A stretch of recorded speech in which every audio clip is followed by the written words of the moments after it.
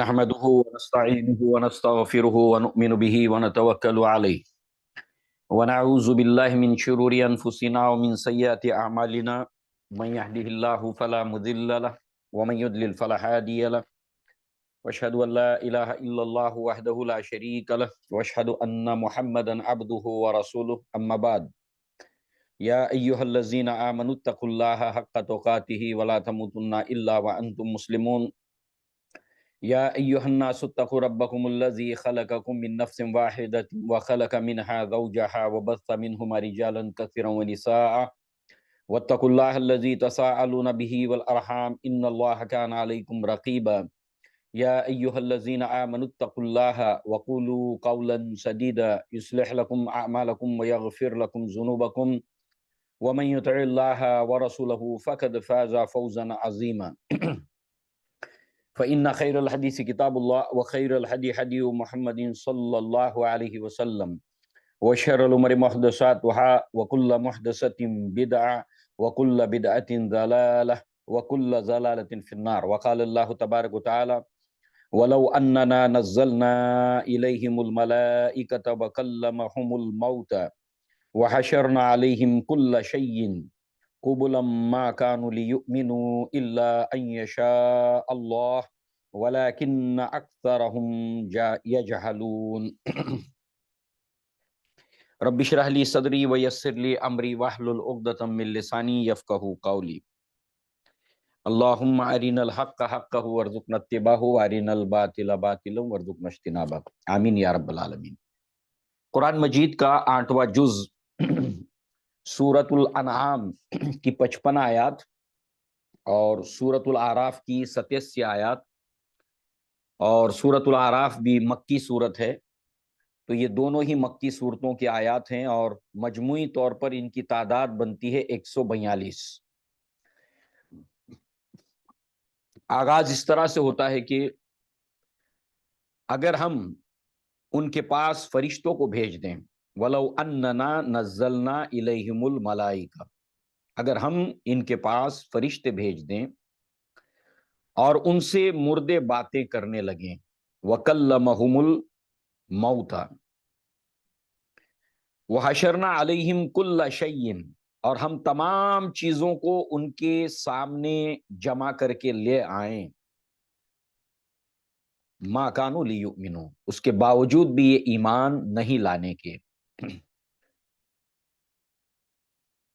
الا ان یشاء اللہ، سوائے اس کے کہ اگر اللہ چاہے، تب بھی یہ لوگ ہرگز ایمان نہ لائیں گے، ہاں اگر اللہ چاہے تو اور بات ہے۔ وَلَكِنَّ أَكْثَرَهُمْ يَجْهَلُونَ، بلکہ ان میں سے زیادہ تر لوگ جہالت کی باتیں کرتے ہیں۔ تو اب ظاہر سی بات ہے یہ مکہ کا ماحول ہے، وہاں کے مشرکین اور کفار جو ہے وہ مدعو ہیں اللہ کے نبی کی دعوت کے، اور اللہ کے نبی کی دعوت کے اوپر جو توحید اور اس کی تفصیلات پر ہیں، شرک اس کے اجتناب کو لے کر یہ دعوت ہے، آخرت اور اس کی تفصیلات اور دنیا کی حقیقت پر مبنی یہ دعوت ہے، رسالت اور اس کی تفصیلات پر یہ مبنی دعوت ہے۔ تو اس دعوت کا رد عمل جو ان کی طرف سے ہو رہا ہے کفار اور مشرکین کی جانب سے، تو یہاں پر جو بات کہی گئی کہ ان کا کہنا یہ تھا کہ کوئی نشانی ہم کو دکھاؤ۔ گزشتہ یہ سورہ انعام کی جو ہم نے 110 آیتوں کا کل لب لباب دیکھا، تو ان کا مطالبہ یہ تھا کہ ہم کو کوئی نشانی دکھاؤ، اور کل ابتدا ہی کے اندر جو ہے وہ یہ بات سامنے آئی تھی کہ اگر اللہ تعالیٰ آسمان سے اوراق کو نازل کرے اور یہ اس کو چھو لیں، اس میں سے پڑھیں، تب بھی یہ کہیں گے ہمارے اوپر جادو کیا گیا ہے۔ تو اب یہ سورت کے اندر یہاں اس مقام کے اوپر جبکہ اس کی اب 55 آیات رہ گئی ہیں، تو اس کے اندر وہی جو نقطہ ہے معجزے کے مطالبے کا، تو گویا کہ اس کا جواب دیا جا رہا ہے۔ اللہ تعالیٰ ہر چیز کا جاننے والا ہے، اللہ کے لیے کیا ماضی، کیا حال، کیا مستقبل، کون انسان کس طرح سے حرکت کرے گا آگے چل کر، یہ سب اللہ کے علم کے اندر ہے۔ تو اب اللہ تعالیٰ نے بتایا کہ یہ مطالبہ کرتے ہیں نشانی کا، اف اگر ایسا ہو جائے کہ ہم ان کے پاس فرشتے بھیج دیں، کیونکہ ان کا کہنا تھا کہ اللہ کے نبی صلی اللہ علیہ وسلم جو ہے وہ جو فرشتہ ہے اس کو ہم دیکھیں، تو اگر ہم ان کے پاس فرشتے بھی بھیج دیں اور مردے جو مر چکے ہیں یہ ان سے باتیں کرنے لگیں، اور ہم اس کے علاوہ جتنی بھی چیزیں ہیں جمع کر کے بیک ٹو بیک ان کے سامنے لائیں، جو اس بات کی شہادت ہوگی کہ نبی صلی اللہ علیہ وسلم جس چیز کا پیغام دے رہے ہیں وہ حق ہے، ہر چیز آ کر گواہی دے گی۔ جیسے کہ سورہ حج، سورہ انبیاء میں ہم دیکھیں گے کہ اللہ تعالیٰ نے قرب قیامت کی ایک بہت بڑی نشانیاں، 10 میں سے ایک، 10 بڑی نشانیوں میں سے ایک، کہ ایک دابت الارض، ایک جانور نکلے گا زمین سے اور وہ لوگوں کو اس اسلام کی حقانیت کی طرف بلائے گا، مگر پھر بھی لوگ نہیں مانیں گے۔ تو غرض یہ کہ ساری چیزیں ہم ان کے سامنے لے آئیں جو ان کو شہادت دے اسلام کے حق ہونے کی، نبی کے دعوت کے حق ہونے کی، اس کے باوجود بھی یہ ایمان نہیں لانے والے۔ اصل مسئلہ معجزات کو دیکھ کر ایمان لانے کا نہیں ہے، ان کو کچھ بھی ان کے مطالبات جو ہیں وہ پورے کر دیے جائیں تب بھی یہ ایمان لانے والے نہیں ہیں۔ اور اللہ ہے کہ اللہ چاہے، اللہ تبارک و تعالیٰ چاہے تو الگ بات ہے، یہ ایمان لے آئیں۔ تو اس کا مطلب یہ نہیں ہے کہ اللہ نہیں چاہتا کہ یہ ایمان لائیں، اور اللہ کا کوئی جبر ہے کہ یہ ایمان نہ لائیں، اللہ کا کوئی فورس ہے کہ یہ ایمان نہ لائیں، نہیں۔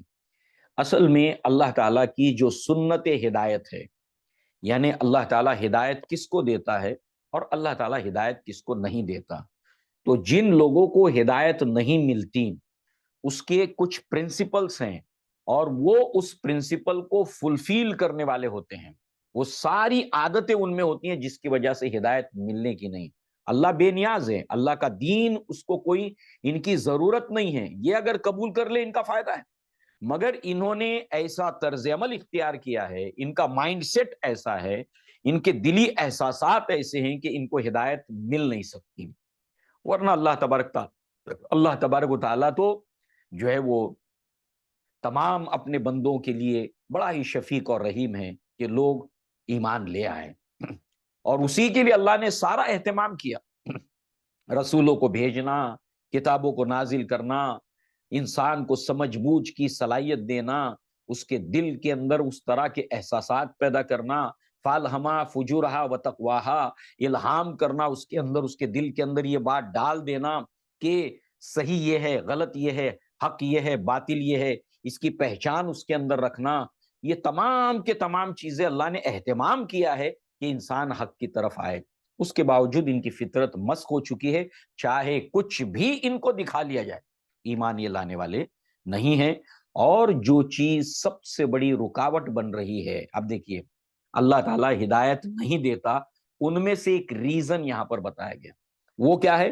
وَلَكِنَّ أَكْثَرَهُمْ يَجْهَلُونَ، ان کی اکثریت جاہل ہے۔ تو ظاہر سی بات ہے ان کے ایمان لانے کے اندر جو بہت بڑا راستے کا پتھر ہے وہ ان کی جہالت ہے۔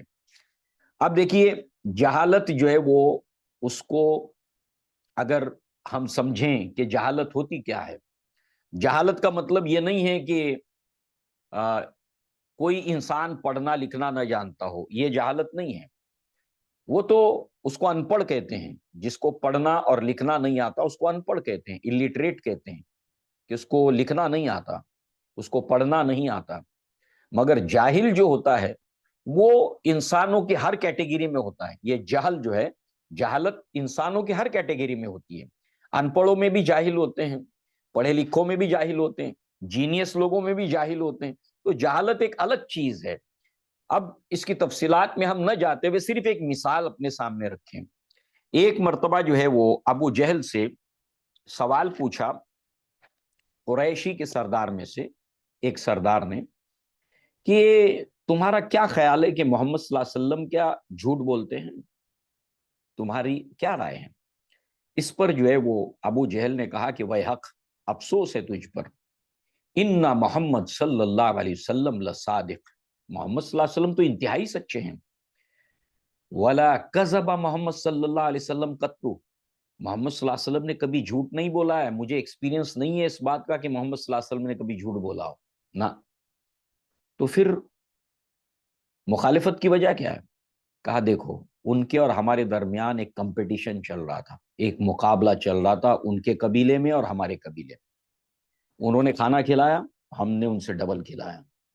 انہوں نے بیواؤں کی جو ہے وہ ضروریات کو پورا کرنے کا معاملہ کیا، ہم نے اس سے برابری کی، مقابلہ کیا. ہر چیز میں ہم کمپٹیشن کر رہے تھے، مقابلہ کر رہے تھے، کہیں ان کے پیچھے نہیں. یہ جو ضد پیدا ہوئی ہے کہ میں بھی کسی سے کم نہیں، مقابلہ کرنا، مسابقت کرنے میں حد سے تجاوز کر جانا.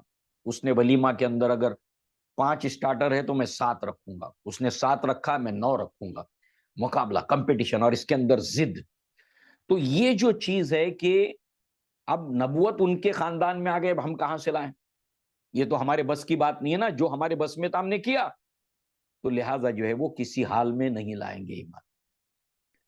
غزوہ بدر کے اندر جب قتل ہوا تو اب عبداللہ ابن مسعود سے کہتا ہے کہ گردن ذرا میری نیچے سے اتارنا اور نیزے پہ چڑھانا تو پتہ چلنا چاہیے کہ یہ ایک سردار کی گردن ہے.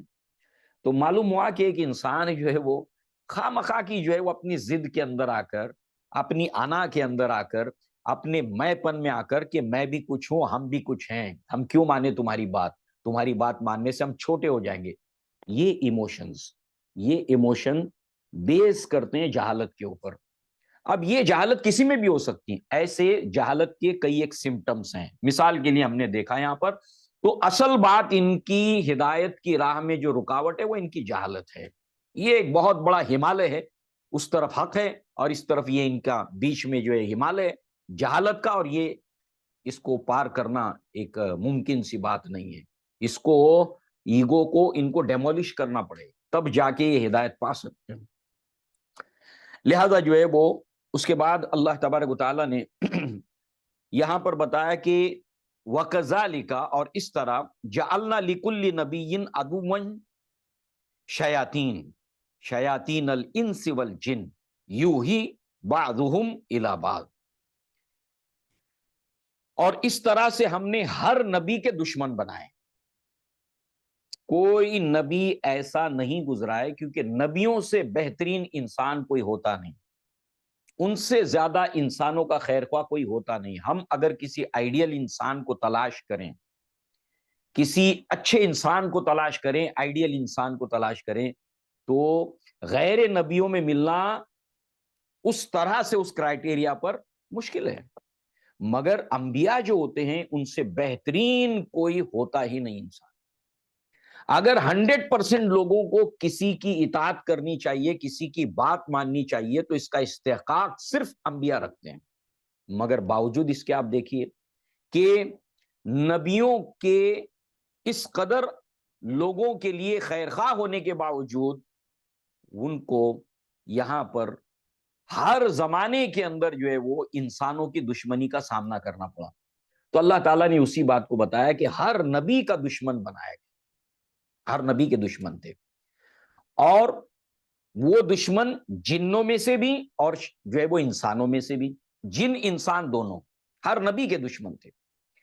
اور پھر یہ ایک دوسرے کے اوپر جو ہے باتوں کو القاء کرتے ہیں، یعنی دلوں میں بات ڈالتے ہیں، وسوسے ڈالتے ہیں، خیالات ڈالتے ہیں نبیوں کے بارے میں، نبیوں کی تعلیمات کے بارے میں. جیسے اللہ کے نبی کی بات لی جائے تو اللہ کے نبی کے تعلق سے، قرآن کے تعلق سے، اسلام کے تعلق سے، شریعت کے تعلق سے ایسی شیطان جو ہے وہ انسان جو دشمن ہوتے ہیں حق کے، نبی کے، ان کے دلوں میں ڈال دیتا ہے بات، ان کے دماغوں میں یہ بات ڈال دیتا ہے، اور ایسی باتیں ڈالتا ہے. جب وہ کرتے ہیں باتیں تو انسان، ایک مسلمان، حیران ہوتا ہے کہ یہ لوگ جو ہے وہ کیسی باتیں کرتے ہیں حق کے بارے میں.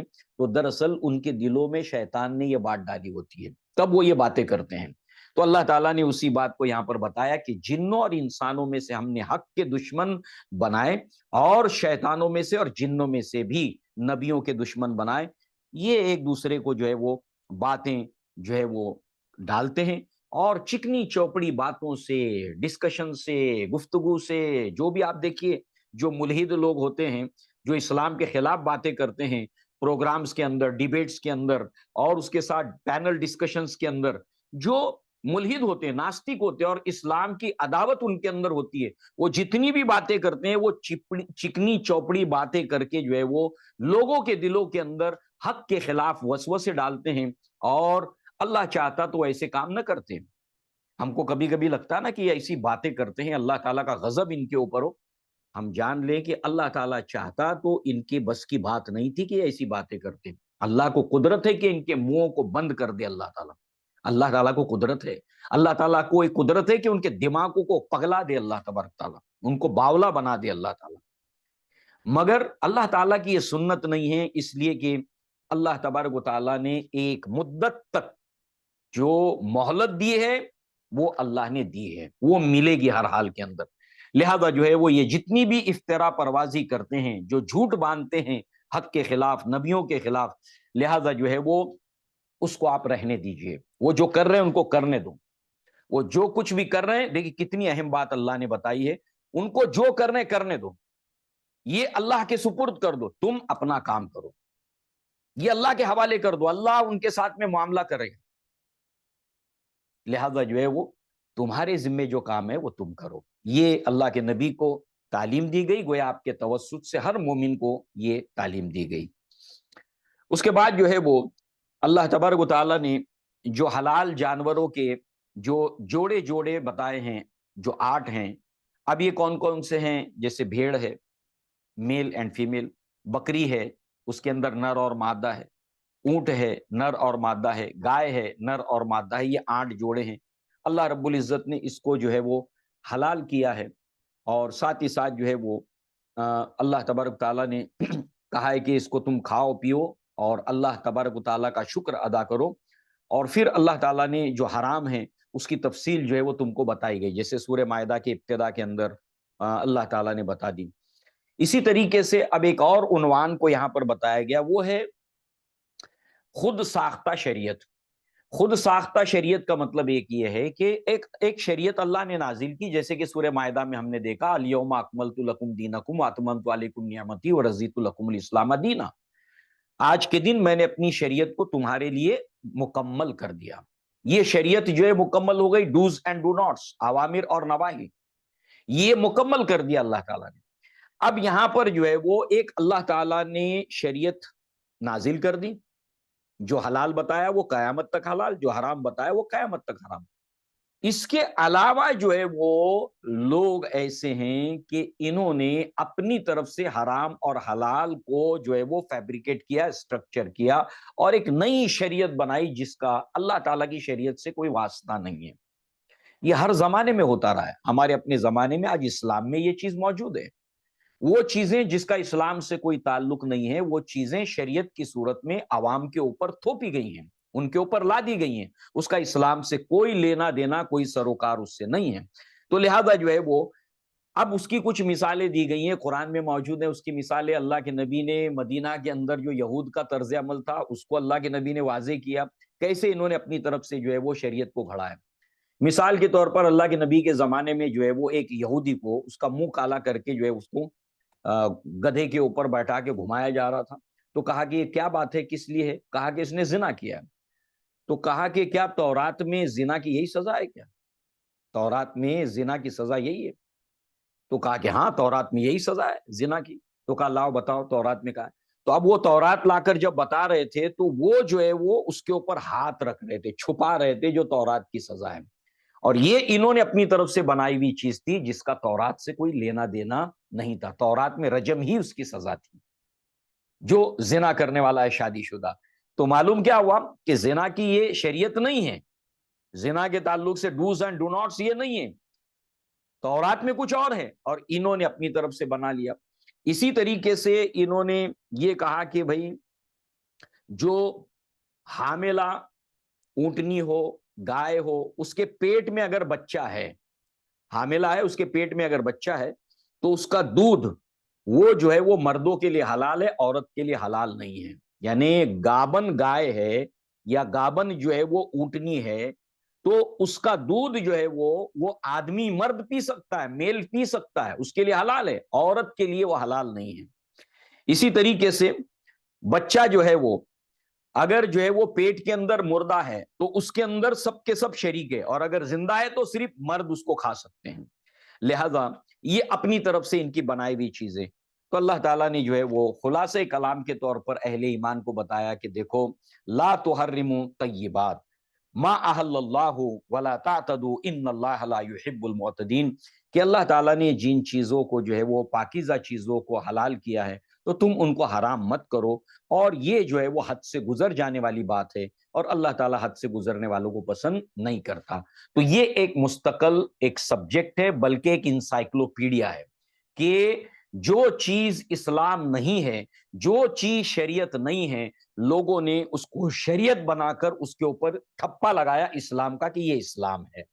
تو ایسی بہت مثالیں اہل کتاب میں بھی ہیں اور ہمارے یہاں پر بھی موجود ہیں۔ تو اللہ نے اس سے منع کیا ہے کہ یہ تم مت کرو، اور یہ حد سے گزرنے والی بات ہے۔ اسی طریقے سے آپ دیکھیے کہ رزق کا معاملہ ہے، اللہ تبارک و تعالیٰ نے، اللہ رزاق ہے، تو اللہ نے کس کس طرح سے انسانوں کو روزی دی ہے، اللہ تبارک تعالیٰ نے جو اس کا ذکر کیا، اس میں جیسے جانور بتائے یہ اللہ تعالیٰ نے ہمیں روزی کی صورت میں دیے، پھر انگور ہے، زیتون ہے، انار ہے، کھجور ہے، اور یہ تمام کے تمام چیزیں جو اللہ تعالیٰ نے ہمیں نعمت کے طور پر دی، جو زمین سے اگتی ہیں، اللہ تعالیٰ نے فرمایا یہ حلال چیزیں کھاؤ اور اس کا حق ادا کرو۔ اس کا حق کیا ہے؟ زکوٰۃ ادا کرنا۔ زکوٰۃ ادا کرنے کے علاوہ غریبوں کو بھی اس کے اندر شریک کرنا، جب بھی تمہارے پھل پک کر تیار ہو جائے تو اس کے بعد اس کی زکوٰۃ بھی دو، اور غریبوں کو بھی اس کے اندر شریک کرو، مستحقوں کو بھی اس کے اندر شریک کرو۔ تو گویا کہ اس طریقے سے اللہ تبارک و تعالیٰ نے جو ہے وہ یہ اپنی نعمت بتائی کہ اللہ کی نعمتوں کو کھاؤ اور ان کا حق ادا کرو۔ ساتھ ہی ساتھ جو ہے وہ اس کے اندر جو ہے وہ آپ دیکھیں کہ اللہ تبارک و تعالیٰ نے قرآن مجید کے اندر اس سورت کے اندر آیت نمبر 151 سے لے کر جو ہے وہ 153 تک، اس کے تعلق سے عبداللہ ابن مسعود کا ایک قول ہے کہ کوئی مسلمان اگر یہ دیکھنا چاہتا ہے کہ لکھت ڈاکیومنٹڈ دستاویزی صورت کے اندر اللہ کے نبی صلی اللہ علیہ وسلم کی وصیت کو اگر وہ دیکھنا چاہتا ہے کہ اللہ کے نبی کیا وصیت کر کے گئے ہیں، دستاویزی صورت کے اندر اگر وہ دیکھنا چاہتا ہے تو وہ ان آیات کو پڑھ لے، جو آیت نمبر 151 سے لے کر 153، یعنی 3 آیتیں۔ اب سرسری طور پر ہم صرف اس کا ترجمہ دیکھتے ہیں کہ اللہ کے نبی کی وصیت ہے اہل ایمان کے لیے۔ آپ کہہ دیجئے نبی صلی اللہ علیہ وسلم، آؤ میں تم کو وہ چیزیں پڑھ کر سناؤں جن کو تمہارے رب نے تم پر لازم کیا ہے، واجب کیا ہے، فرض کیا ہے۔ وہ یہ ہے کہ اللہ تعالیٰ کے ساتھ کسی چیز کو شریک مت کرنا، شریک مت ٹھہرانا، اور ماں باپ کے ساتھ میں احسان کرو، اور اپنی اولاد کو مفلسی کے ڈر سے قتل مت کرو، ہم تم کو اور ان کو رزق دیتے ہیں، اور بے حیائی کے جتنے طریقے ہیں ان کے پاس بھی مت جاؤ، خواہ وہ اعلانیہ ہو برائی یا پوشیدہ چھپی بھی ہو، جس کا خون کرنا اللہ نے حرام کر دیا ہے اس کو قتل مت کرو، وہاں مگر حق کے ساتھ۔ یہ ہیں وہ باتیں جن کا اللہ نے تمہیں تاکید کی ہے اور حکم دیا ہے اگر تم سمجھو۔ اور آیت نمبر 152، یتیم کے مال کے قریب بھی نہ جاؤ مگر ایسے طریقے سے جو حق کے ساتھ ہو۔ یہ سورہ نساء میں ہم دیکھ چکے، یتیم کے مال کے قریب نہیں جانا، جس نے یتیم کا مال کھایا اپنے پیٹ میں اس نے آگ بھری ہے۔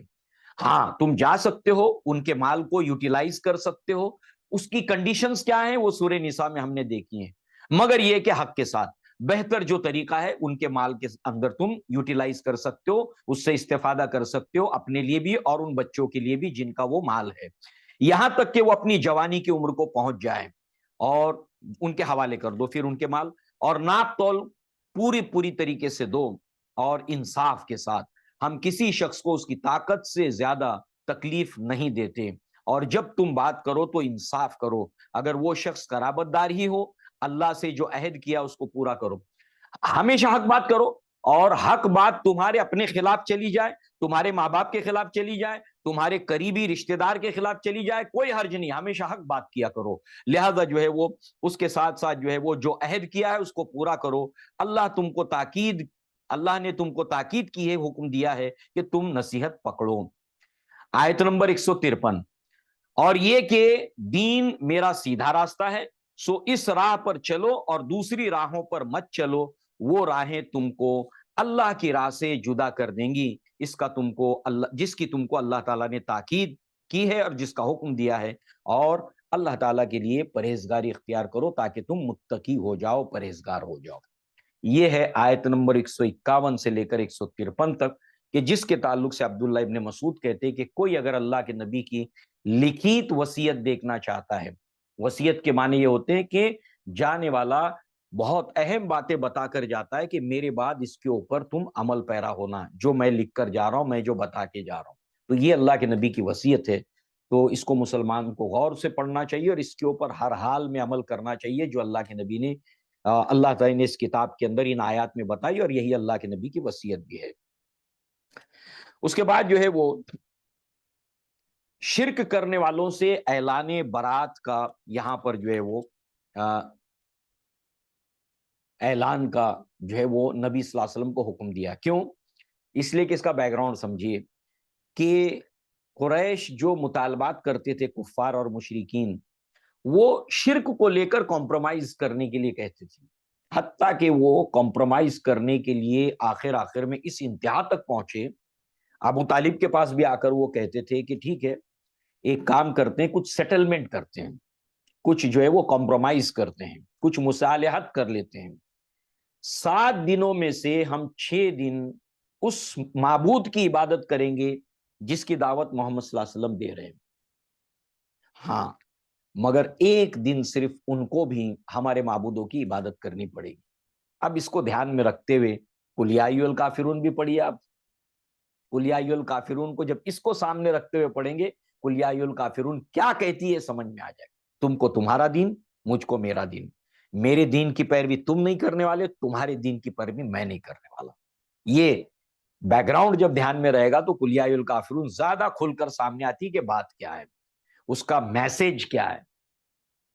تو بہرحال یہاں پر آپ دیکھیے کہ کل کہہ دیجئے نبی صلی اللہ علیہ وسلم اغیر اللہ ابغی رب وہو رب کل شیء، آپ فرما دیجئے کیا میں اللہ کے سوا کسی اور کو رب بنانے کے لیے تلاش کروں، حالانکہ وہ ہر چیز کا مالک ہے، اور جو شخص بھی کوئی برا عمل کرتا ہے اس کا بوجھ اسی پر ہے، اور کوئی شخص کسی دوسرے کا بوجھ نہیں اٹھائے گا۔ پھر تم سب اپنے رب کے پاس جاؤ گے، پھر وہ تم کو بتلائے گا جس چیز میں تم اختلاف کرتے تھے، اور وہ ایسا ہے کہ جس نے تم کو زمین پر خلیفہ بنایا اور ایک کا دوسرے پر رتبہ بڑھایا، ایک کو دوسرے سے بڑا بنایا، پیسے میں، مال میں، عقل میں، علم میں، تمہیں ان چیزوں میں آزمائے جو تم کو اس نے دی ہے۔ بے شک آپ کا رب جلد سزا دینے والا ہے، اور بے شک وہ واقعی بڑی مغفرت والا بھی ہے، معاف کرنے والا بھی ہے، اور مہربانی کرنے والا بھی ہے۔ اس کے اوپر جو ہے وہ سورہ انعام ختم ہو جاتی ہے۔ اب جو ہے وہ سورہ اعراف شروع ہوتی ہے، سورہ اعراف شروع ہوتی ہے، اور سورہ اعراف کی جیسے کہ ہم نے دیکھا کہ اس کے اندر 87 آیت ہیں، 87 آیات اس کے اندر ہیں سورہ اعراف کی۔ آغاز ہوتا ہے الف لام میم صاد، یہ حروف مقطعات ہیں، اس کو ہم سورہ بقرہ، سورہ آل عمران میں دیکھ آئے ہیں، قطع کر کے پڑھے جانے والے جو ہے وہ حرف، مقطعات قطع کرنا یعنی کاٹنا، لکھے ہوئے جمع کر کے مگر اس کو کاٹ کاٹ کے پڑھا جاتا ہے، الف لام میم صاد۔ اب جو ہے وہ یہاں پر اللہ تبارک تعالیٰ نے فرمایا کہ نبی ہم نے کتاب آپ کے اوپر اس لیے نہیں نازل کی ہے، آپ کے پاس اس لیے بھیجی گئی ہے کہ آپ اس کے ذریعے سے لوگوں کو ڈرائیں، سو آپ اپنے دل میں تنگی محسوس نہ کریں، اور نصیحت ہے ایمان والوں کے لیے، یعنی آپ کو ہم نے کتاب اس لیے نازل کی آپ کی طرف کہ آپ لوگوں کو اس سے انذار کریں، آپ اپنے دل کو تنگ ہونے نہ دیں کہ یہ نہیں مان رہے ہیں، مخالفت کر رہے ہیں۔ لہذا جو ہے وہ نصیحت کو قبول کرنے والے لوگ جن کی فطرت درست رہتی ہے، جس کے اوپر اللہ نے پیدا کیا ہے، کل مولود یولد علی الفطرہ، اور پھر ظاہر سی بات ہے کہ ایمان والے لوگ جو ہے وہ اس کو قبول کرتے ہیں، تو نہ قبول کرنے والوں کو لے کر آپ اپنے دل کو تنگ نہ کیجیے، آپ انذار کیجیے، اللہ کی آیات کی ان کے سامنے تلاوت کیجیے۔ لہذا آگے اللہ تعالیٰ نے فرمایا کہ تم لوگ اس کتاب کی اتباع کرو جو تمہارے رب کی طرف سے آئی ہے، اور اللہ کو چھوڑ کر دوسرے رفیقوں کا اتباع نہ کرو، اور تم لوگ بہت کم نصیحت مانتے ہو۔ اور اس سے پہلے اللہ تعالیٰ نے فرمایا کہ بہت سی ایسی بستیاں ہیں جن کو ہم نے ہلاک کیا، تاریخ میں ایسی بہت سی بستیاں ہیں جن کو ہم نے ہلاک کیا۔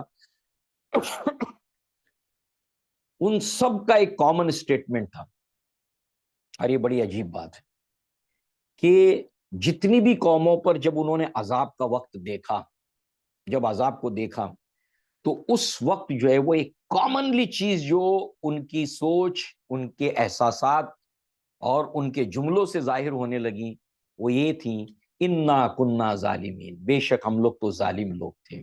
یہ جو کچھ آج ہو رہا ہے، یہ جو عذاب آیا ہے، کہ بے شک ہم لوگ ظالم تھے۔ لہذا اللہ تعالیٰ نے فرمایا سورہ اعراف کی آیت نمبر 6 میں، فَلَنَسْأَلَنَّ الَّذِينَ أُرْسِلَ إِلَيْهِمْ وَلَنَسْأَلَنَّ الْمُرْسَلِينَ، پس بے شک ہم رسولوں کا بھی حساب لیں گے، ان سے بھی سوال پوچھ کر رہیں گے، اور جن کے درمیان میں ہم نے رسولوں کو بھیجا ان قوموں کو بھی ہم سوال پوچھیں گے، ان کی بھی اکاؤنٹیبلٹی ہوگی، رسول اور اس کی قوم دونوں کی۔ اس حوالے سے ایک روایت کو ہم سورہ بقرہ کے اندر دیکھ چکے، کتاب التفسیر سورہ بقرہ کی آیت نمبر 142 کے حوالے سے، اور وہ نوح علیہ السلام کے تعلق سے تھی کہ اللہ تعالیٰ نوح علیہ السلام سے پوچھے گا، یدعا نوح حل بلغتا، کیا تم نے میرا پیغام پہنچایا؟ نوح علیہ السلام کہیں گے نعم۔ اس کے بعد ان کی قوم سے پوچھا جائے گا، کیا تمہیں میرے نبی نوح نے میرا پیغام پہنچایا؟ تو نوح علیہ السلام کی قوم کہے گی ما اتانا من نذیر، ہمارے پاس کوئی ڈرانے والا آیا نہیں تھا۔ اللہ تبارک و تعالیٰ جو ہے وہ اس وقت نوح علیہ السلام سے کہے گا من یشہد لک، تمہاری طرف سے کوئی وٹنس ہے؟ تو اس وقت نوح علیہ السلام کہیں گے کہ محمد صلی اللہ علیہ وسلم اور ان کی امت کو میں گواہ کے طور پر پیش کرتا ہوں اپنے فیور میں، تو یہ امت مسلمہ جو ہے گواہی دے گی۔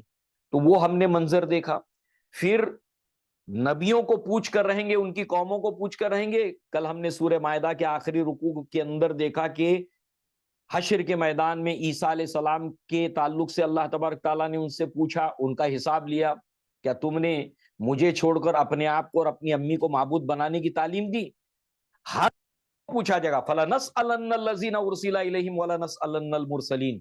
اسی طریقے سے اللہ کے نبی کو بھی جو پوچھا جائے گا اس کو ہم سورہ فرقان میں دیکھیں گے، اللہ کے نبی سے سوال پوچھا جائے گا، اور اس کی ڈیٹیلز احادیث میں بھی ہے اور اس کی قرآن مجید میں بھی اللہ تعالیٰ نے فرمایا۔ اس لیے اللہ کے نبی نے حجۃ الوداع کے موقع پر کہا تھا کہ دیکھو اے لوگو، تم کو میرے بارے میں پوچھا جائے گا اور مجھے تمہارے بارے میں پوچھا جائے گا، فَلَنَسْأَلَنَّ الَّذِينَ أُرْسِلَ إِلَيْهِمْ وَلَنَسْأَلَنَّ الْمُرْسَلِينَ، ہم ضرور بضرور سوال پوچھ کر رہیں گے تمام رسولوں اور انبیاء کو، ان کو کیا جواب ملا، انہوں نے کیا پیغام پہنچایا، اور اس کے بعد قوموں کو بھی ان کے پوچھا جائے گا۔ اس کے بعد جو ہے وہ آپ دیکھیں اللہ تبارک و تعالیٰ نے اس کے بعد سورہ اعراف کے اندر جو ہے وہ جب یہ حساب ہوگا تو اس کے بعد جو نام اعمال تولے جائیں گے تو پھر کسی کے ساتھ ذرہ برابر زیادتی نہیں ہوگی، انصاف پورا ہوگا۔ پھر اب یہاں پر جو ہے وہ آدم اور ابلیس کا قصہ آتا ہے، سورۃ الفاتحہ کے بعد چلتے چلتے سورہ بقرہ میں آیا، اور اب یہ دوسری مرتبہ سورہ اعراف میں آیا۔ ایسے کل ملا کر پورے قرآن میں یہ قصہ 7 بار آیا ہے، اور 7 جگہ پر کوئی نہ کوئی بات، چاہے تفصیل میں کوئی بات کہی ہو ایک دم مختصر، جیسے سورہ کہف میں ایک دم مختصر ہے، وَمَا كَانَ مِنَ الْجِنِّ، وہ جنوں میں سے تھا ابلیس، یعنی کچھ نہ کچھ ایک نئی بات اور ایک نیا پہلو اس ٹاپک کا بتایا گیا ہے۔ تو یہاں پر تھوڑا ڈیٹیل کے اندر ہے آدم اور ابلیس کا قصہ، اور اس کے اندر جو ہے وہ آپ دیکھیے یہاں پر وہ بات نہیں ہے جو سورہ بقرہ میں ہے، کچھ چیزیں کامن ہے یہاں پر اور وہاں پر، مگر ایک چیز بالکل نہیں ہے یہاں پر، اور دوسری چیز یہاں پر ہے اور وہاں پر بالکل نہیں ہے، اور ایک چیز وہاں پر اجمال میں ہے، یعنی وہاں پر ایک چیز بتا دی گئی اور دوسری وہ چیز کیا ہے یہاں پر کھولی گئی۔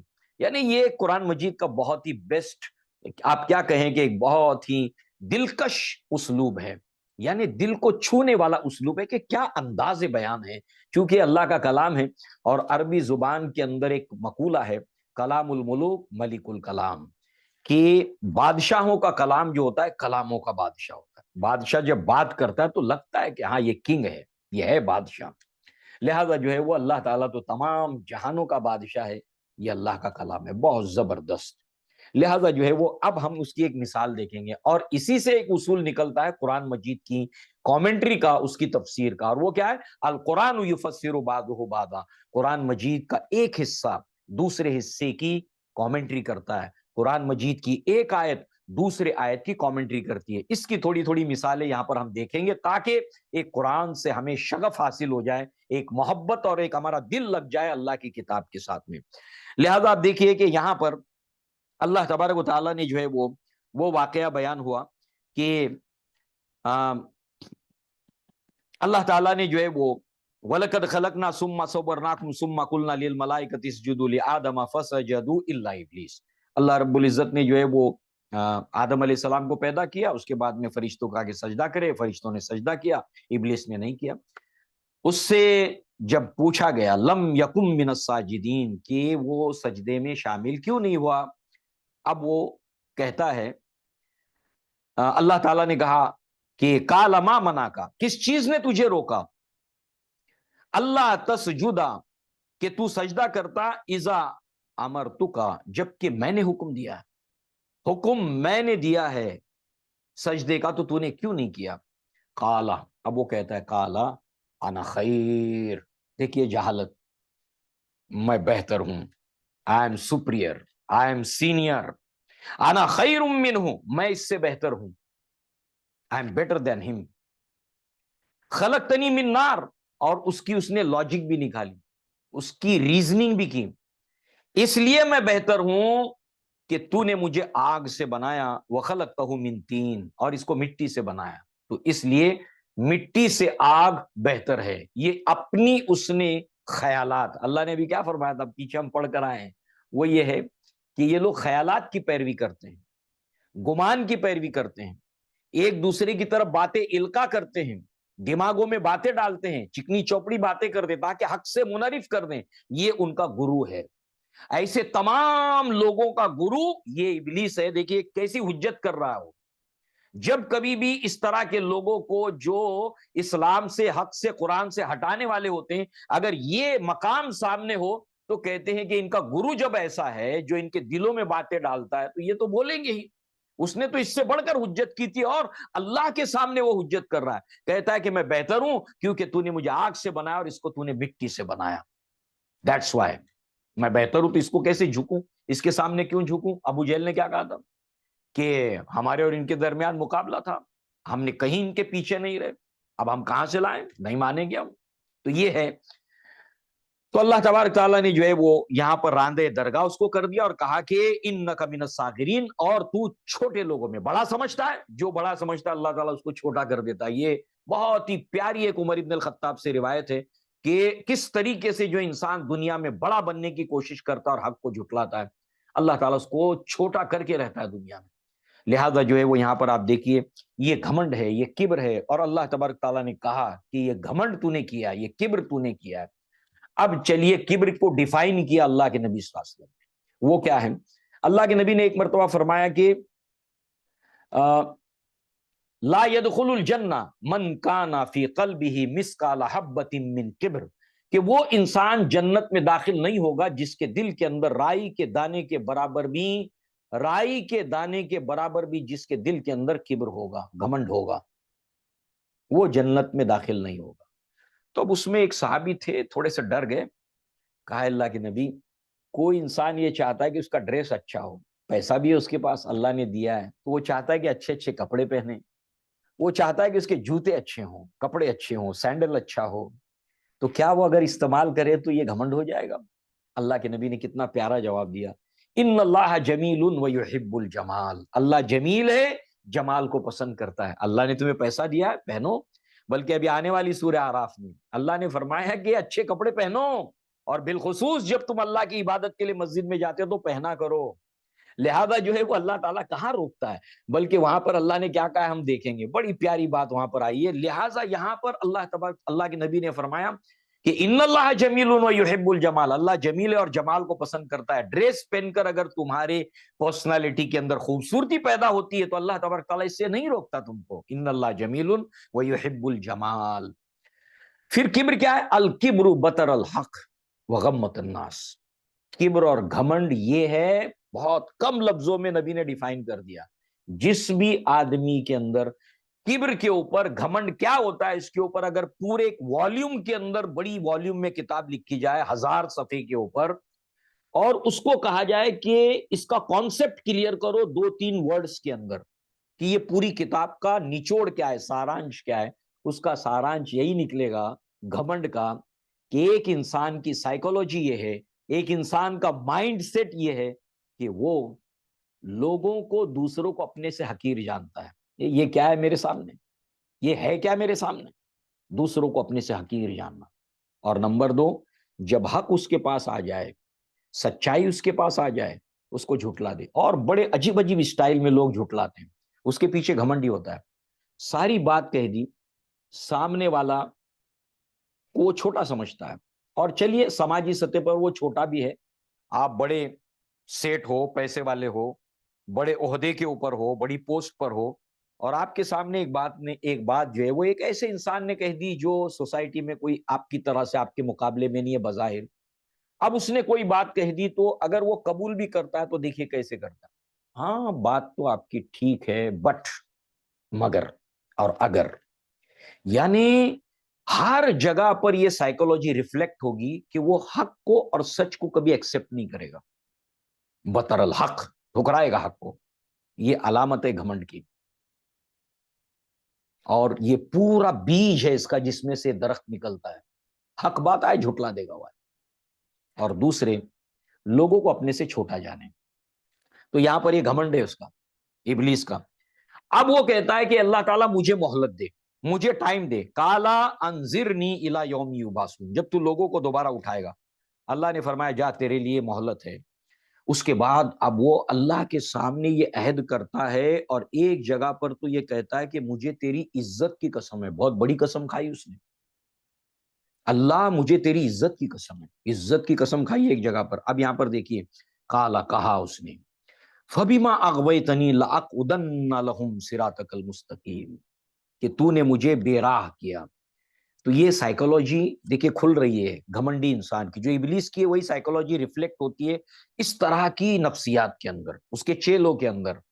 مائنڈ سیٹ، ایموشنز ایسے ہی ہوتے ہیں. وہ اپنی اس ذلت اور رسوائی کو انٹروسپیکشن کر کے کہ مجھ سے کہاں پر غلطی ہوئی، اس کو دیکھنے کی بجائے وہ انگلی اٹھاتا ہے کہ یہ تمہاری وجہ سے ہوا ہے، یہ تمہاری وجہ سے ہوا ہے، میں ذلیل ہوا ہوں تمہاری وجہ سے ہوں. آدم علیہ السلام کو بھی کہا اس کی وجہ سے میں ذلیل ہوا ہوں. اور یہاں پر کہتا ہے کہ اے رب، تو نے مجھے جس طریقے سے اغوا کیا، راستے سے ہٹا دیا، اللہ تعالیٰ کے اوپر وہ بہتان باندھ رہا ہے. لہذا جو ہے وہ یہ نفسیات ہوتی، یہی ہوتا ہے جب یہ دو بیج پڑتے ہیں. اس کے بعد یہ مائنڈ سیٹ ایسا ہی ڈیولپ ہو کر یہ پھل دیتا ہے کہ تو نے جس طریقے سے مجھے اغوا کیا، لَأَقْعُدَنَّ لازمن، لا یہ لام غایت ہے، لام تاکید ہے کہ ہاں ضرور بضرور میں ان کے راستے میں بیٹھوں گا. اور نون تشدید کے ساتھ ہے، یعنی اس نے اتنا پکا ارادہ کیا، لَأَقْعُدَنَّ لَهُمْ صِرَاطَكَ الْمُسْتَقِيمَ، تیری صراط مستقیم کے اوپر میں بیٹھ جاؤں گا. ثم لآتینہم من بین ایدیہم ومن خلفہم وعن ایمانہم وعن شمائلہم ولا تجد اکثرہم شاکرین. ان کے آگے سے آؤں گا، پیچھے سے آؤں گا، دائیں بائیں چاروں طرف سے ان کو گھیر دوں گا. اور ولا تجد اکثرہم شاکرین، اکثریت کو تو ناشکر گزار پائے گا، ان کو تو میں بھٹکا کے چھوڑوں گا. بہرحال اس کو نکال دیا گیا ذلت اور رسوائی کے ساتھ وہاں پر. اب دیکھیے کتنا ٹاپک پیارے انداز میں ٹرن ہوتا ہے. یہ قصہ ختم ہو گیا. اب اللہ کہتا ہے یا آدم، اے آدم، جنت میں رہو، جہاں سے چاہو کھاؤ پیو. اب یہ ٹاپک کٹ ہو کر سین بدل گیا. کھاؤ پیو، ولا تقربا هذه الشجرہ، اس درخت کے قریب مت جانا ورنہ تم ظالموں میں سے ہو جاؤ گے. فوسوس لہم، دیکھیے کتنا ڈیٹیل میں یہ یہاں پر ہے، پھر دوسری جگہ یہ نہیں ملے گا آپ کو. یہ جو واقعہ جو یہاں پر ڈیٹیل بتایا جائے دوسری جگہ نہیں، وہاں کوئی اور چیز ملے گی. تو وسوسہ ڈالا شیطان نے لہما، ان دونوں کے اندر، اس لیے کہ تورات اور انجیل کے اندر بھی یہی واقعات ایسے، مگر یہود نے اور نصارہ نے اس میں عورتوں کو بلیم کیا. کہا کہ آدم علیہ السلام کا کوئی قصور نہیں ہے، یہ تو حوا کی وجہ سے جو ہے وہ انہوں نے یہ کیا. اور اس کا مورد الزام صرف اور صرف جو ہے وہ عورت کو ٹھہرایا، یعنی حوا کو. اور عیسائیوں کا باقاعدہ عقیدہ ہے، یہ فکر ہے کہ سارے گناہوں کی جڑ عورت ہے. عیسائیوں کا یہ فیت اور عقیدہ ہے. اس کے لٹریچر کو، اس کے مذہبی چیزوں کو آپ پڑھیں گے. اور یہود کے یہاں پر بھی عورتوں کے اندر، عورتوں کے لیے کوئی عزت نہیں ہے. پڑھیے نا تالمود کو، پڑھیے ان کی جو فتوے کی اور لٹریچر، ان کے جو لٹریچر ہے مذہبی لٹریچر، اس کے اندر پڑھیے، آپ کو بالکل واضح ہو جائے گا. لہذا قرآن کہتا ہے فوسوسہ لہما، لہما تسنیہ ہے، دونوں کو وسوسہ دیا، آدم علیہ السلام کو بھی اور حوا دونوں کو. ایک کو مرید الزام نہیں ٹھہرایا قرآن نے، اور قرآن حق کے ساتھ بیان کرتا ہے. لہذا شیطان نے دونوں کے دلوں میں وسوسہ ڈالا، اور جو ہے وہ یہ ہے کہ تاکہ ان کی شرم گاہیں ایک دوسرے کے اوپر کھل جائیں، جو چھپی بھی تھی، جو پوشیدہ تھی. اور کہنے لگا میں تو تمہارا خیر خواہ ہوں. دیکھیے کیسے وہ بہکاتا ہے، بہکانے کا اس کا جو اسٹائل ہے کہ میں تو تمہارا خیر خواہ ہوں. لہذا تم کو معلوم بھی ہے، نہاکما، تم دونوں کو، وہ دونوں کو بہکا رہا ہے، دونوں کو. وہ کیا کہہ رہے ہیں کہ صرف حوا کو بہکایا، اور پھر حوا نے آدم کو جو ہے وہ انسٹیگیٹ کیا. یہ ان کے لٹریچر کے اندر، یہ ہم کو معلوم ہونا چاہیے. لہذا دونوں کو، نہاکما وقالا ما نہاکما ربکما، تم دونوں کے رب نے تم دونوں کو اس درخت سے کیوں منع کیا؟ تم کو معلوم ہے، تم کو پتا ہے تم دونوں کو کیوں روکا اللہ نے اس سے؟ انہاذی شجرہ، اس درخت سے، اللہ، کچھ نہیں وجہ، صرف ایک وجہ ہے. وہ کیا ہے؟ دو وجہ ہے. ان تکونا ملکین، اگر تم اس درخت کو استعمال کر لو گے، اس کا پھل استعمال کر لو گے، تو نمبر ایک تو تم فرشتے بن جاؤ گے. آدم علیہ السلام نے فرشتوں کو دیکھا تھا، اس مخلوق کو. تم فرشتے بن جاؤ گے، یعنی یہ دل میں وسوسہ ڈالا کہ اس کے کھانے کے بعد فرشتہ بن جاتا ہے انسان.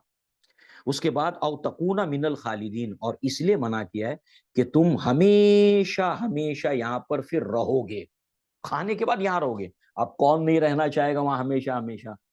اب اس وسوسے کے ڈالنے کے بعد، اور ایسے ہی وسوسے ڈالتا ہے، ایسی وسوسے ڈالتا ہے، قل اعوذ برب الفلق من شر ما خلق، اس کے اندر جو من شر الوسواس الخناس، دل میں بات ڈالتا ہے، پیچھے بھاگ جاتا ہے، دل میں بات ڈالتا ہے اور دیکھتا ہے کیا ایکشن اور ری ایکشن ہے. سورہ اعراف میں اللہ نے فرمایا کہ وہ اور اس کی ذریت تمہیں ایسی جگہ سے دیکھتے جہاں سے تم ان کو دیکھ نہیں سکتے. اور پھر اس کے اوپر قسم کھائی، وقاسمہما انی لکما من الناصحین، میں قسم کھا کر کہتا ہوں کہ میں تمہارا خیر خواہ ہوں.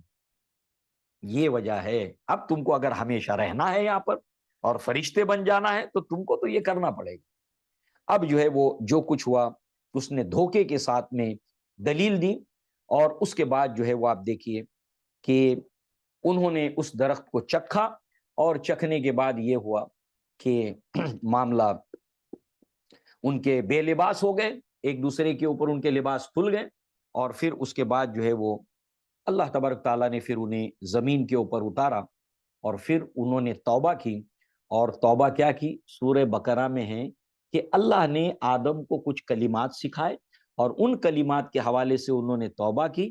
اللہ نے ان کی توبہ کو قبول کر لیا. وہاں پر کیا کلمات تھے وہ نہیں پتا ہے، ہاں، مگر ہماری امت کے اندر ایک بات بہت فیمس ہے، اور وہ اتنی فیمس ہے کہ شاید پورے انڈیا کے اندر یہ جو فیبریکیٹڈ بات ہے، اس کو شاید 90% سے زیادہ لوگ جانتے ہیں، مگر جو سچائی ہے اس کو جاننے والے تھوڑے ہیں. کہ وہ کون سے کلمات تھے جو اللہ نے دل میں ڈالے.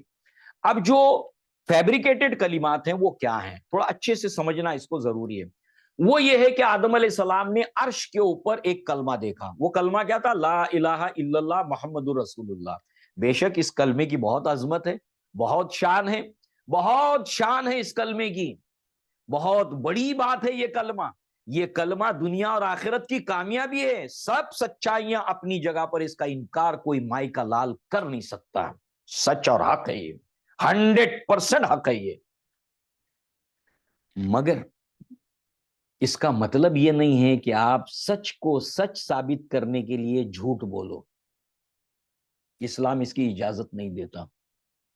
تمہارے جھوٹ بولنے سے کسی عظیم الشان چیز کی عظمت بڑھ نہیں جائے گی. وہ اپنی جگہ پر اس کی عظمت ہے، اس کے لیے جھوٹ بولنے کی کیا ضرورت ہے؟ اللہ کے نبی بہت اچھے ہیں، اس میں کیا شک ہے؟ اس کے لیے کیا تم جھوٹ بولو گے، غلط بات کرو گے؟ اور اگر کوئی کہے کہ یہ بات غلط ہے، ارے دیکھو کلمہ لا الہ الا اللہ محمد رسول اللہ، یہ آدم علیہ یہ منع کر رہے ہیں، منع کر رہے ہیں. کیسے دیکھیے ریلیجیس سینٹیمنٹ کو چھیڑتے ہیں اور کیسے گمراہ کرتے ہیں. نہیں، قرآن کیا کہتا ہے کہ اللہ نے جو کلمات سکھائے تھے وہ کیا تھے؟ کالا، دونوں نے کہا، دونوں نے توبہ کی. لا، کالا، لام کے بعد الف بھی ہے، یعنی تسنیہ کا سکھایا. دونوں نے کہا ربنا، اے ہمارے رب، ظلمنا، ہم نے ظلم کیا ہے، انفسنا، اپنے نفس کے اوپر، وَإِن لَمْ تَغْفِرْ لَنَا، اے اللہ تو نے اگر ہم کو معاف نہ کیا، وَتَرْحَمْنَا، ہمارے اوپر رحم نہ کیا، لَنَكُونَنَّ مِنَ الْخَاسِرِينَ، تو ہم بہت نقصان اٹھانے والوں میں سے. اس کو پڑھا اور اللہ نے یہ ان کو سکھایا اور اللہ نے اسی کلمے سے ان کی توبہ کو قبول کیا. جو وہاں پر ذکر ہے کہ اللہ نے کچھ کلمات آدم کو سکھائے اور انہی کلمات کے حوالے سے ان کی توبہ کو قبول کیا. وہ کلمات کیا تھے؟ القرآن یفسر بعضہ بعضا، وہ کلمات کیا تھے وہاں نہیں ہے، یہاں پر اللہ نے بیان کیا. ربنا ظلمنا انفسنا وان لم تغفر لنا وترحمنا لنكونن من الخاسرین. اس کے بعد اللہ تعالیٰ نے آدم کے بچوں سے، اب آدم سے خطاب بند ہو گیا، اب آدم کے بچوں، یا بنی آدم 4 مرتبہ آیا ہے. اے آدم کے بچوں، اے آدم کے بچوں، اے آدم کے بچوں، دیکھو تمہارے ماں باپ کو اس نے بے لباس کر دیا ہے، تمہارے ماں باپ کو چھوڑا نہیں ہے اس نے آدم اور حوا کو، وہ تم کو بھی بے لباس نہ کر دیں. اللہ کے نبی نے فرمایا قیامت کی نشانیوں میں سے نشانی ہے کہ لڑکیاں اور عورتیں لباس پہننے کے باوجود بھی ننگی ہوں گی. اس کا مطلب یہ ہے کہ وہ اتنا ٹائٹ کپڑا پہنیں گی کہ ان کا جسم عریاں ہو جائے، اتنا مہین اور باریک کپڑا پہنیں گے ٹرانسپیرنٹ کہ اندر کی باڈی ان کی جھلکنے لگے. سوچ کر کریں گی، سوچ کر، انکانشیسلی نہیں، کانشیس کے ساتھ. عید کے دن ٹیلر کے پاس جائیں گی، اس کو بتائیں گی ادھر سے کم رکھنا، ادھر سے زیادہ رکھنا، ادھر سے یہ رکھنا، ادھر سے وہ رکھنا، اور تھنکنگ پیٹرن کے اندر یہ ہوگا کہ اس کے ذریعے سے یہ چیز نمایاں ہو، اس کے ذریعے سے یہ چیز ایکسپوز ہو. ٹیلر کو ڈائریکشن دیں گی. لہذا جو ہے وہ یہ ہے کہ دیکھو تمہارے ماں باپ کو اس نے بے لباس کیا تھا، تم کو چھوڑے گا؟ تم کو چھوڑے گا؟ تم کس کھیت کو مولی ہو؟ بہت ایکسپیرینس ہے اس کو، لہٰذا تم کو بے لباس نہ کر دے. پھر لباس ہی کے حوالے سے اللہ تعالیٰ نے بتایا کہ زینت ہے لباس، اس کو اختیار کرو، اور بالخصوص جب اللہ کے گھر کی طرف یاد کے لیے، نماز کے لیے جاؤ تو ایک جوڑا کم سے کم تمہارے پاس صاف ستھرا ہو. ٹھیک ہے تم مزدوری کرتے ہو، ٹھیلا گاڑی کھینچتے ہو، پسینہ پسینہ ہو جاتے ہو، اگر موقع ملے جو ہے وہ نماز پڑھنے کے لیے ایک اچھا ڈریس رکھو، اچھا لباس پہنو. ٹھیک، لہذا جو ہے وہ یہ اللہ تبارک تعالیٰ کی نعمت جو ہے وہ اس کا اظہار ہونا چاہیے. اور ویسے بھی مسجد کے اندر اس کو بدبو کو ناپسند کیا گیا ہے، وہاں فرشتے بھی ہوتے ہیں، ان کو تکلیف ہوتی ہے، تو لہٰذا جتنا اہتمام ہو سکتا ہے جو شریعت کے دائرے میں، حد سے ضرورت زیادہ نہیں اس کی ضرورت ہے، مگر ٹھیک ہے پھٹا پرانا ہے مگر جو ہے پہنو تم اچھا. عمر ابن الخطاب نے ایک مرتبہ جو ہے وہ سفید کپڑا پہنا ہوا تھا اور بہت پرسنالٹی ان کی کھل رہی تھی. ان اللہ جمیل و یحب الجمال، اللہ خوب جمیل اور جمال کو پسند کرتا ہے. تو وہ اتنا اٹریکٹیو لگ رہے تھے عمر ابن الخطاب، ایک تو ان کی ہائٹ بہت تھی اور سفید کپڑا ان کو اتنا جچ رہا تھا. اللہ کے نبی نے جب دیکھا تو کہا عمر تم نے یہ نیا پہنا ہے کیا؟ کہا کہ یا دھل کر پہنا ہے، کپڑا دھل کر پہنا ہے کہ نیا ہے؟ نہیں، کہا اللہ کے نبی یہ دھل کر پہنا ہے میں نے. تو اللہ کے نبی اتنے خوش ہوئے ان کو دیکھ کر، ان کی پرسنالٹی کو دیکھ کر جو جچ رہا تھا ڈریس ان کے اوپر. کہا کہ دعا دی اللہ کے نبی نے، اور یہی آپ دیکھیں گے کتاب الدعا کے اندر یہ دعا آپ کو، نیا کپڑا پہننے کی دعا آپ کو ملے گی. وہ کیا ہے؟ البس جدیدن، اے عمر نیا پہنو، نیا پہنو، اللہ تم کو نیا پہنا ہے. البس جدیدن وعش حمیدن، اور قابل تعریف زندگی جیو، ومت شہیدن، اور تمہیں موت شہادت کیا ہے. تینوں باتیں عمر کے لیے اللہ تعالیٰ نے قبول کی. نبی کی دعا عمر کے لیے تھی، اور یہ پھر بن گئی نیا لباس پہننے کی دعا. جب عید کے دن نیا لباس پہننا تو یہ دعا نہیں بھولنا، نیا کپڑا پہننے کی دعا نہیں بھولنا. لہذا جو ہے وہ دعا اللہ کے نبی صلی اللہ علیہ وسلم نے عمر ابن الخطاب کو دی. تو لہذا ایک اچھا کپڑا پہنو، اچھا لباس پہنو. جب اللہ کے گھر میں جاؤ تو تم مہمان بن کے جا رہے ہو. جب تم کسی کے پاس جاتے ہو مہمان بن کر، کسی کے گھر جاتے ہو کتنا اہتمام کرتے ہو. ہم اللہ کے مہمان بن کے جا رہے ہیں تو کیسے جانا چاہیے؟ اچھی طریقے سے جاؤ، اللہ نے دیا ہے نا. کیوں؟ ہاں نماز کے لیے تم کچن میں کھڑی ہو، سب جو ہے وہ پکوان وغیرہ پکا رہی ہو، اور جیسی اذان ہو گئی جیسے تیسے وہی جو ہے وہ لباس کے اندر جو ہے وہ اہتمام کرو، خوشبو ہو، ساری چیز، جتنا اہتمام ہو سکتا ہے مردوں کے لیے عورتوں کے لیے انہیں کرنا چاہیے شریعت کے دائرے کے اندر، اللہ نے اسی کا حکم دیا لباس کا۔ اور سب سے بہترین لباس کہا لباس التقوی، تقوی کا لباس سب سے بہتر ہے۔ تو آدم علیہ السلام کے بے لباس کو لے کر کتنی باتیں بات سے بات میں شریعت میں آ گئی لباس کو لے کر، لہذا اس کے ساتھ ساتھ اللہ تبارک تعالیٰ نے فرمایا اس کے اندر پھر یا بنی آدم، یا بنی آدم، اے آدم کے بچوں، اے آدم کے بچوں، دیکھو تمہارے ماں باپ کے ساتھ اس نے کیا کیا ہے۔ لہذا اس کے بعد اللہ نے فرمایا کہ دیکھو تمہارے ماں باپ کو اس نے جنت سے بے دخل کیا ہے، تم کو بھی جنت سے محروم نہ کر دے، قسم کھائی ہے اس نے جنت سے محروم کروں گا میں ان کو، تمہارے ماں باپ کو نکالا اس نے، تم کو بھی چھوڑے گا نہیں، اس نے قسم کھائی ہوئی ہے، لہٰذا اب تم کرو گے کیا، کیا کرو گے؟ تو اللہ تعالیٰ نے فرمایا کہ جب جب میری طرف سے تمہارے پاس ہدایتیں آئیں گی، جب جب میری طرف سے تمہارے پاس ہدایتیں آئیں گی تو جو کوئی اس کی پیروی کرے گا فلا خوف علیہم ولا ہم یحزنون۔ اب یہاں پر کنکلوژن ہو گیا، اب اس سے بچنے کا راستہ کیا ہے؟ میری کتاب اور میرے نبی آئیں گے، بس ان کو فالو کرنا، تم بچ جاؤ گے۔ اللہ نے سورہ بنی اسرائیل میں ہم دیکھیں گے اللہ نے کہا ہے کہ ابلیس، وہاں پر آدم اور ابلیس کا قصہ ہے، میرے بندوں پر تیرا زور چلنے والا نہیں ہے۔ اور اللہ کے بندے کون سے ہیں؟ جو اللہ کی کتاب کو مضبوطی سے تھام لیتے ہیں، جو اللہ کے رسول کی سنت کو مضبوطی سے تھام لیتے ہیں، ان کو کوئی ڈر نہیں ہوگا۔ یہاں پر اللہ نے وہی اس سے بچنے کا راستہ یہ ہے۔ اس کے بعد جو ہے وہ آپ دیکھیں کہ جنت اور جہنم کا نقشہ کھینچا گیا ہے۔ جنت اور جہنم کے نقشے کے اندر 3 گروہ بتائے گئے، ایک جنت میں چلا گیا، کوئی بچا نہیں، سب جنت میں چلے گئے، اس کا منظر ہے، آپ پڑھیے جا کر، بہت بیوٹیفل، بہت ہی زبردست سین جو ہے وہ پورا کھینچا ہوا ہے آخرت کا اس منظر کے بعد۔ اور جو مضمون جو چینج ہوتے ہیں نا قرآن کے اندر، لاجواب لاجواب۔ تو جنتی جنت میں چلے گئے، جہنمی پورے کے پورے جہنم میں چلے گئے۔ اب صرف کچھ ایک گروہ بچا ہوا ہے، اصحاب آراف، سورہ آراف ہے یہ ایک گروہ ہے جو بچا ہوا ہے۔ بہرحال اب جو ہے وہ ان کے ڈائلاگز ہیں تینوں کے، جنتی جہنمی کے ڈائلاگ، اصحاب آراف جہنمی کے ڈائلاگ، ان کے ڈائلاگ، اور ان ڈائلاگز کے حوالے سے ہمیں بہت کچھ کہا گیا ہے۔ آراف جن کا بھی فیصلہ ہونا باقی ہے کہ یہ جنت میں جائیں گے کہ جہنم میں، تو وہ آراف اہل جہنم سے کہیں گے کہ جنتی جہنمیوں سے کہیں گے کہ اللہ تعالیٰ نے جو وعدہ کیا تھا تم نے اس کو سچا پایا؟ جہنم سے وہ کہیں گے ہاں سچا پایا۔ پھر جنتیوں سے پوچھا جائے گا، وہ کہیں گے ہاں اللہ نے جو ہم سے قرآن میں نبی سے وعدہ کیا تھا ہم نے تو اس کو سچا پایا۔ اس کے بعد جو ہے وہ اصحاب آراف جو ہے وہ ان سے پوچھیں گے، پھر جہنمی کہیں گے جنتیوں سے اللہ نے جو تم کو نعمتیں دی ہیں، کھانا پینا، ذرا ہماری طرف پھینکو، اس کو ہماری طرف ڈالو۔ اعلان کیا جائے گا جنت کی نعمتیں جہنمیوں کے لیے حرام کر دی گئی ہے، اور پھر اس کے بعد یہ چیپٹر کلوز ہو جائے گا۔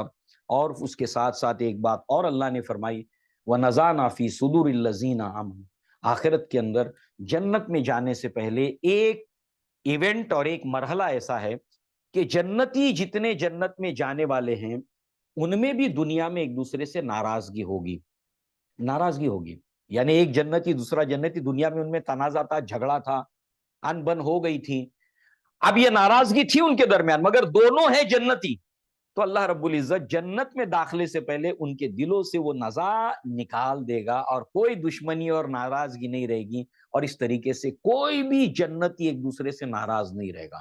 دنیا کی ان کی ناراضگیوں کو اللہ تعالیٰ ایسے نکال دے گا جیسے مکھن کے اندر سے بال نکال دیا جاتا ہے، ایسے اللہ دل سے نکالے گا، پھر وہ نہیں رہے گی ناراضگی ایک دوسرے کے ساتھ میں۔ یہ اللہ رب العزت نے پھر وہاں پر بیان کیا۔ اس کے بعد جو ہے وہ شروع ہوتا ہے انبیاء کا قصہ۔